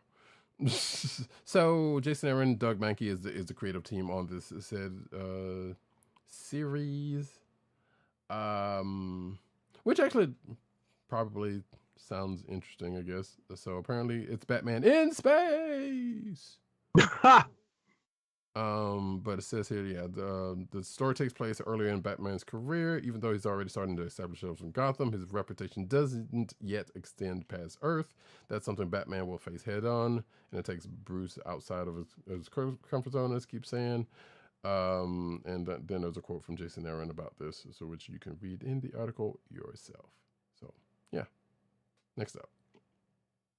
Dawn of DC announces its Trinity of Evil and releases previews. So the Trinity of Evil's Reign of Terror takes over the Dawn of DC initiative this December. So that's going into 2024. So superheroes and supervillains alike will be fighting to retain their humanity or risk turning into uncontrollable animal versions of themselves. Okay. That's interesting. So it sounds like it's coming out of, or has something to do Titans, with that Titans event that's coming up. Yeah. Yeah. So, also Trinity of Evil sounds like a thing DC has done before. So I don't know. But anywho, next up. Teenage Mutant Ninja Turtles Kickstarter fully funded in just 4 hours, which I think was not fully the case when this article was originally posted. But it was most of the way there. Nevertheless, there was a month-long campaign to bring back a remastered RPG called Teenage Mutant Ninja Turtles and Other Strangeness, and it has been successfully funded in the aforementioned 4 hours. And is now, according to this article, sitting, at least at the time of this article, sitting well past twice its goal, with a list of backers still growing. So the Kickstarter was from Palladium Books, and the remaster is a remaster from a 1985 tabletop game, of which I just named, which I'd never heard of, but hey, that's not saying anything at all. And it looks like it's a sprawling game. You can create your own mutated animal, which I guess that has definitely been a thing in later Teenage Mutant, at least in the ongoing later on. So, and there's expansion materials, and that I guess is also in here. So cool. If you wanted the Teenage Mutant Ninja Turtles tabletop game, or I guess remaster of one that's already been out, right here you go. I mean, my understanding is that was actually a pretty popular game. According to what this article says, yeah, but I'd never heard of it before. No, so I didn't. I mean, I'd heard of it. I just didn't have a copy of the book. So, But I had seen it in game stores before, and I know that friends of mine had purchased the book. So, hey, yeah, for more power to you guys. It'd be interesting to look at for sure, for certain. Yeah. Next up. Yeah. So, the real Ghostbusters 1 to 4 scale arcade cabinet is coming from Quarter Arcade. So I guess that's a competitor to Arcade 1-Up. So,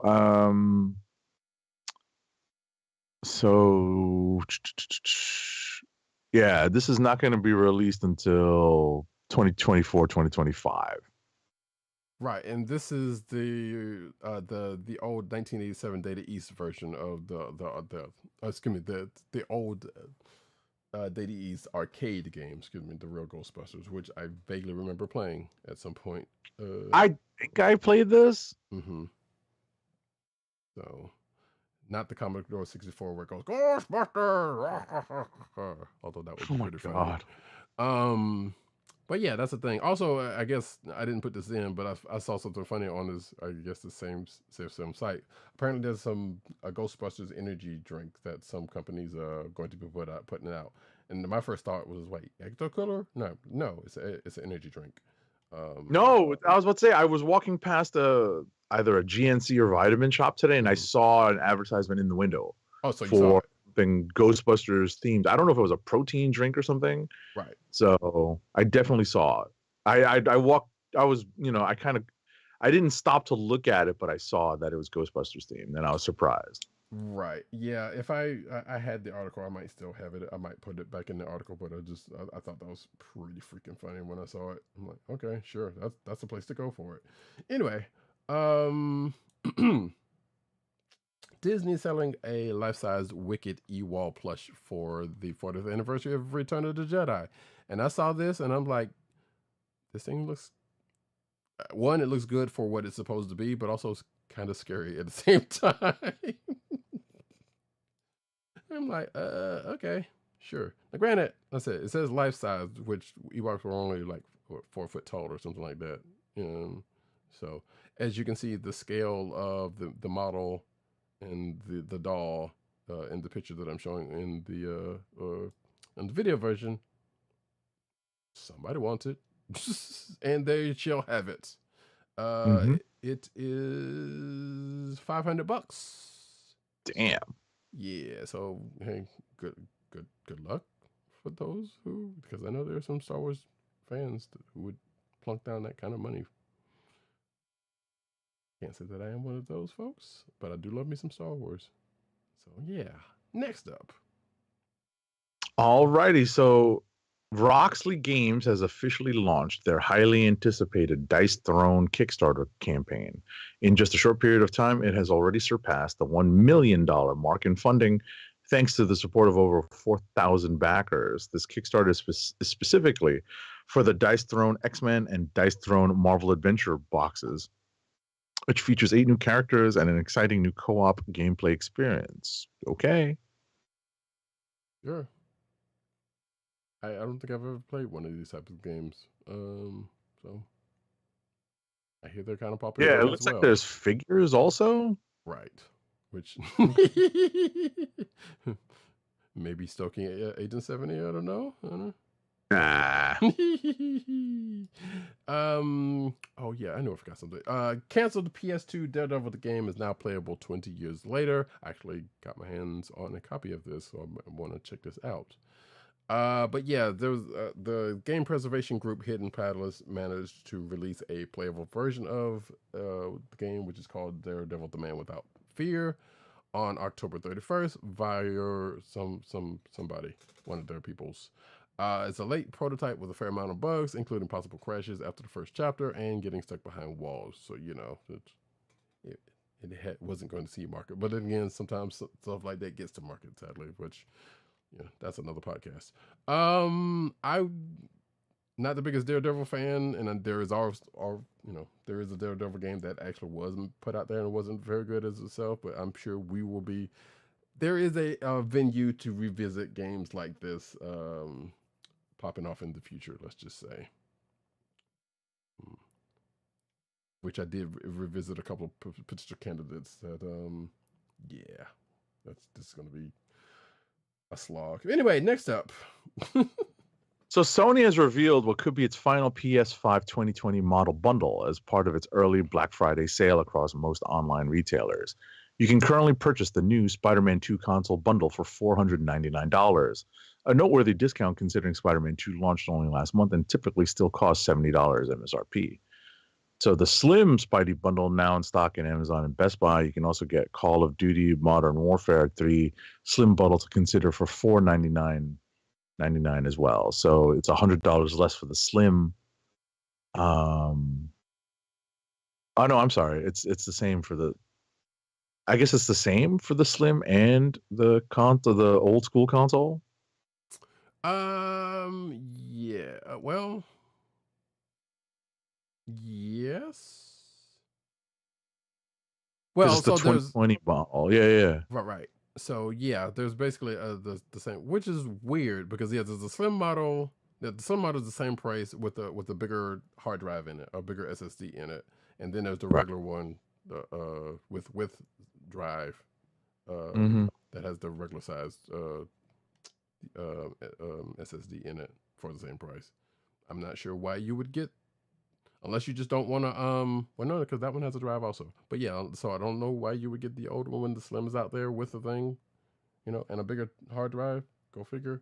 Which, of course, you can put, another SSD in there, but, it is what it is. Anyway, I guess the Spider-Man 2 would be the other draw if you don't have a PS5 already. Because I thought about this at first. It was like, wait, that's not that big of a discount, because normally you still be paying for the game, which in this case you may or may not be in this. So hey, go for it.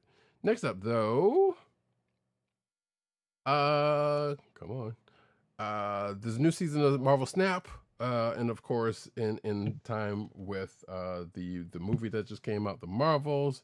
It is the Marvels themed, so of course there will be variants of Captain Marvel, Photon, and Miss Marvel, amongst others. And I believe the season has already started, so I don't know. I've not kept up with Marvel Snap. But yes, so yeah, there's more variants of stuff and new locations, and all of the accoutrement that will come with a new season. So I'm pretty sure folks have already been on that. Next up. So this story has some spoilers for the first issue of the new Thanos series that I discussed earlier today. And basically Thanos levels a major U.S. city in his return to the Marvel Universe. I won't say much more than that. Gasp. That's all I'll say about it. So I just haven't read it. Oh, come on, Dow, don't do that. Stupid ads. Anyway, Captain America is still Wolverine's perfect partner, apparently, according to this article. So I guess this is is this from? Okay, yeah, spoilers from Wolverine number 38. Yeah, exactly. I read this. It has, it's very tangentially related to the Fall of X stuff. Sure. But apparently, I guess Cap and Wolverine are teaming up again in this particular issue, or something. Exactly. There you go. That's all you need to know. Next up. Let's see. Krakoa's Last Hope joins the fight in Fall of the House of X #2 and Rise of the Powers of 10 #2. So, pulling this up, and Marvel's being a pain. All right, here we go. The finale of the Krakoan Age will be told across these two intertwined series this January in Jerry Duggan and Lucas Vernick's Fall of the House of X and Kieron Gillen and R.B. Silva's Rise of the Powers of 10. It's a who's who of current mutant mastermind storytellers, and together they're bringing Krakoa down in epic style. Okay. Don't bring me down. Night Thrasher says goodbye to his super cool quote-unquote adventures of the 90s in a new solo title. Okay, I need you to really stop doing this. There we go. So apparently, it says here, Marvel's billing the new Night Thrasher title as a big update for the character, who's first appeared in 1989's Thor 411. by Tom DeFalco and Ron Friends. Really, I don't think I knew that. Was it just Night Thrasher, or was it the whole New Warriors? He had his own solo title. No. The first appearance. Oh no, first appearance I think was New Warriors. Oh, because it says here 1989 for Thor 411. Says was the first. He appeared with the New Warriors in Thor 411. Gotcha. But that was they were fighting the Juggernaut. They were helping Thor fight the Juggernaut. Gotcha, because there's a whole lot you can do against an unstoppable force on a skateboard. Anyway, but back to my question. So was that was the New Warriors already out at that time before this, or was that their first appearance of? That was their first appearance. Gotcha. Okay, I was wondering about that. I was like, all right, sure. But anyway, Night Thrasher gets a new series. Let's see. It says here that some of the New Warriors era's themes will carry over to the new title, such as his relation with Silhouette.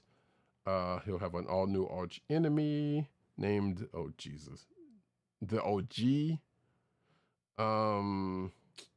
And yeah, let's see.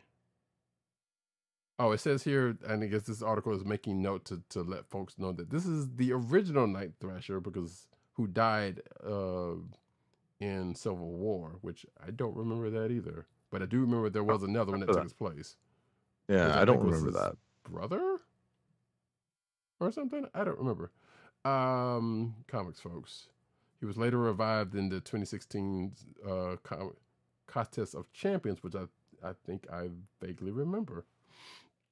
After which he seemingly retired. Now he's coming back out of retirement. So yeah, well, who's the creative team so we can push on?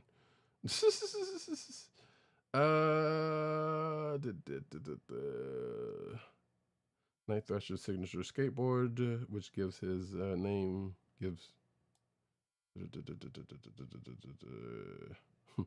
I love how this article spells out what OG means. That's very silly. But I guess sure everybody ask Ice-T. Right.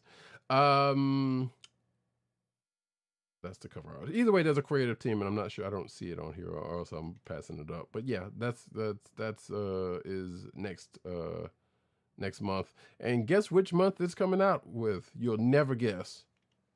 On February. Good guess. Actually, on Valentine's Day, according to this, as this article says. So yeah, next up. You gotta love it, man. Yeah. So anyway, the Venom symbiote bonds with new hosts in the reality-shattering new series What If Venom enter a world where the lethal protector took wildly different paths, as written by Jeremy Holt with art by Jesus Hervas.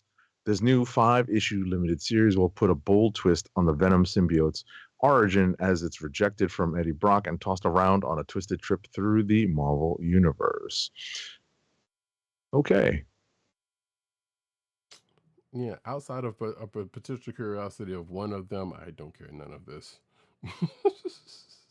Next up, though, Power Rangers got a new Dark Armor by sacrificing their 90s powers, which I read part of this and was like, wait, did that not already canonally happen? But anyway, something loss of their power coins in Power Rangers Lord Drakon New Dawn #3, but they get some new powers that I guess are not coin based. And there's a whole lot of this that I'm not up on in that series, so we're just gonna skip past most of that. In that, hey, that's a thing. Next up. So last but not least, on the Star Trek website, StarTrek.com, you can get downloadable, printable coloring books that you can print out and color from the official Star Trek Lower Decks coloring pages. So that's actually pretty cool. I love the idea that you can, print these up on your own paper and color them to your heart's content. Listen, this is like an adult, adult coloring books were like a fad like 5 or 6 years ago, 7 years ago, but they're still very real. Yeah, but I said And they never quite stopped. There's weirdly enough that they're obviously got a little niche of its own, but they kind of really haven't stopped. right. But if I you're know I've watching, got. I was about to what's say. that? I know. There was a time when I think Marvel and DC properties were coming out with them Fast and Furious, no pun intended, Mm-hmm. and I got a whole bunch of them just to look at the black and white line art Oh, of course. that they were putting out. So just to collect them. I've never actually colored them, but it's pretty cool. I just pulled up some of these coloring pages, and they're obviously very animated style. But yeah, people will have a lot of fun coloring these. Yeah, if you're watching the video version, you can see me flipping through the first book, quote unquote book of this. And if you're a fan of lower decks, and even if you don't know how to draw, I'm pretty sure you're probably already. It's coloring. You pull out crayons, markers, colored pencils, whatever. If you're a digital colorist, you'd have fun with this too. Well, yeah. Well, yeah. I guess that is also the case. But there are people who have trouble staying within the lines.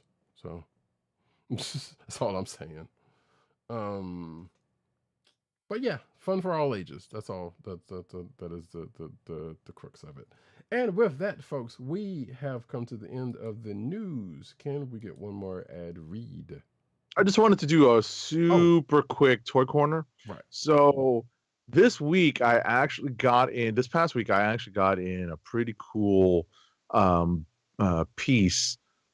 That being from Target, this Target exclusive Amazing Spider-Man first appearance Marvel Legends. So this is a re-release of this figure, and you recognize the first appearance color palette and the accessories that come with it, and that originally came out in like a cardboard box version of of a Marvel Legends figure. That packaging that is now gone the way of the dodo, because they brought back the plastic so that people can see what's actually inside the box. This figure is pretty cool. It's pegless.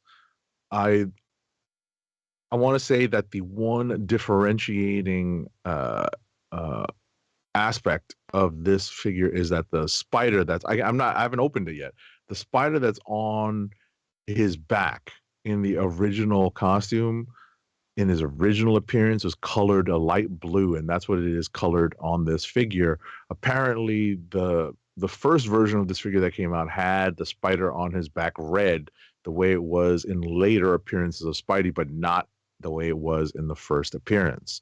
So this is it's pretty cool. It's a little bit more expensive because of the accessories and it being an exclusive. So I think it was like $27, but you could find this probably in Targets around the country, on peg somewhere. But I pre-ordered mine just to make sure I got mine, because Target is very hit and miss when it comes to toys in my area. So check this out. I think I would recommend getting this figure for anyone who wants this first appearance Spidey figure. And that's it. Right, ad. Alrighty, our last ad read of the night is for Amazon. Keep our podcast free by shopping at Amazon. Visit cspn.us, then click the Keep Our Podcast Free link at the top of the page. From there, scroll down and click on the Amazon link to shop. Purchase items from Amazon as you normally would, whether it's books, music, electronics, jewelry, apparel, or Marvel Legends. For every purchase made on Amazon through our link, Amazon sends the CSPN a payment that helps us keep the Comic Book Chronicles podcast free for our listeners at no extra cost to you. Amazon.com through CSPN.us. Do it today. And with that, folks, we come to the end of the show for this week. We will be back next week. I don't remember if we are actually going to be on Thursday. I can't remember what you said on that one. But we'll let you guys know. I think we're back to our regularly scheduled programming. I don't think I have anything scheduled for Thursday this week, so we should be back to our regularly scheduled programming. So with that, I have been Roddykat. You can find me at Roddykat on Twitter. You can find me News Need on Twitter. You can find me at CBCaps on Instagram. Oh, speaking of, well, no, actually, I get it in the next second. Sorry. Agent_70 on Twitter, Instagram, and Threads. Threads! PC_Dirt on Twitter, Pop Culture Net on Twitter, popculturenetwork.com, and all his umbrella sites therein. And the Osiris of this ish one, Tim DOGG98 on Twitter, CB Chron on Twitter, which is Comic Book Chronicles Twitter account. News Nerds Need. I'm scared, not News Nerds Need.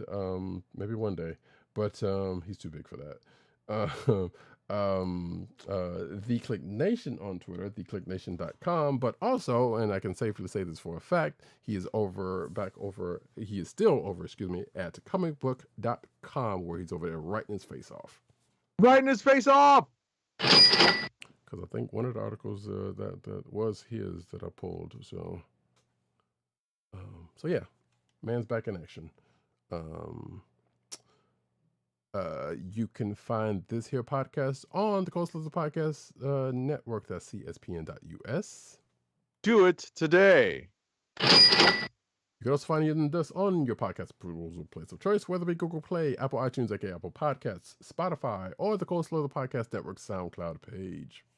Make sure to click like, subscribe, and leave us all the great 5-star reviews, especially on Apple Podcasts, because it does matter there to help people find our show. Yes. And you can find us recording mostly every Thursday night, 9:30 Eastern Standard Time. And I guess I can say that for certain now that the time change. But hey, semantics. Regardless, twitch.tv/Comic Book Chronicles and the YouTube channel of the Kliq Nation, which is youtube.com/thekliqnation. Make sure to click like, subscribe, and hit the notification button so that you know when we are broadcasting live. And what I was going to mention earlier was that, hey, if you did not know, or you may or may not have seen it, you're following our Twitch channel, I put up an older episode, episode 359, which was one of our evergreen episodes from when we were knee deep in the pandemonium and did not have any new books coming out per week. So we were doing shows revisiting events from the comic world, mostly Marvel and DC, but yeah. And events, crossovers, stuff that has happened before and likely have ramifications in today's comics. And Roddykat picked one that fits exactly that those qualifications. Yeah, because it was the episode we did, which I think was the first episode we did, which was, I guess, the one that kind of started off events, but also relevant to current events, kind of tangentially related to the Marvels in a way. So yeah, definitely. So yeah, you could check that out. It was a show from 3 years ago, and I would say it shows, but it also is like, yeah, like I told Agent 7, it's like, yeah, there's some things from then that's still going on, but including, COVID being a thing. So, hey. Right. But yeah, if you want to check it out, that is up and out there. I think the next time we end up, I might try to put a couple more up, on those weeks where we don't get to an episode on Thursdays or something or not at all. We'll see how that works out. And we still got a lot of that stuff in the pocket, by the way, but because of new books coming out, which we've said this before, we can't really get back around to doing that stuff, which was fun to do. I would say write us if you want to see us do some more, but obviously we can't hold to that because, like I said, new books coming out. So that's yeah. There's only so much time that we have to podcast every week, and we take up a lot of time having to read. Right, so. And Agent 7 is a busy man, so we can't can't put that much more on him. I can't say that I'm not busy, but he is a lot more busy than I am on a consistent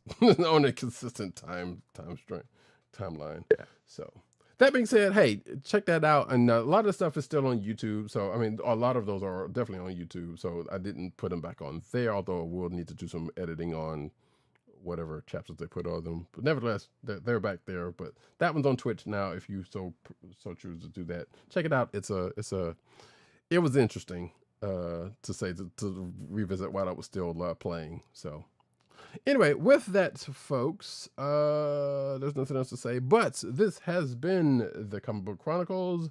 Peace. Peace. One. And knowing is half the battle. Oops. Shit.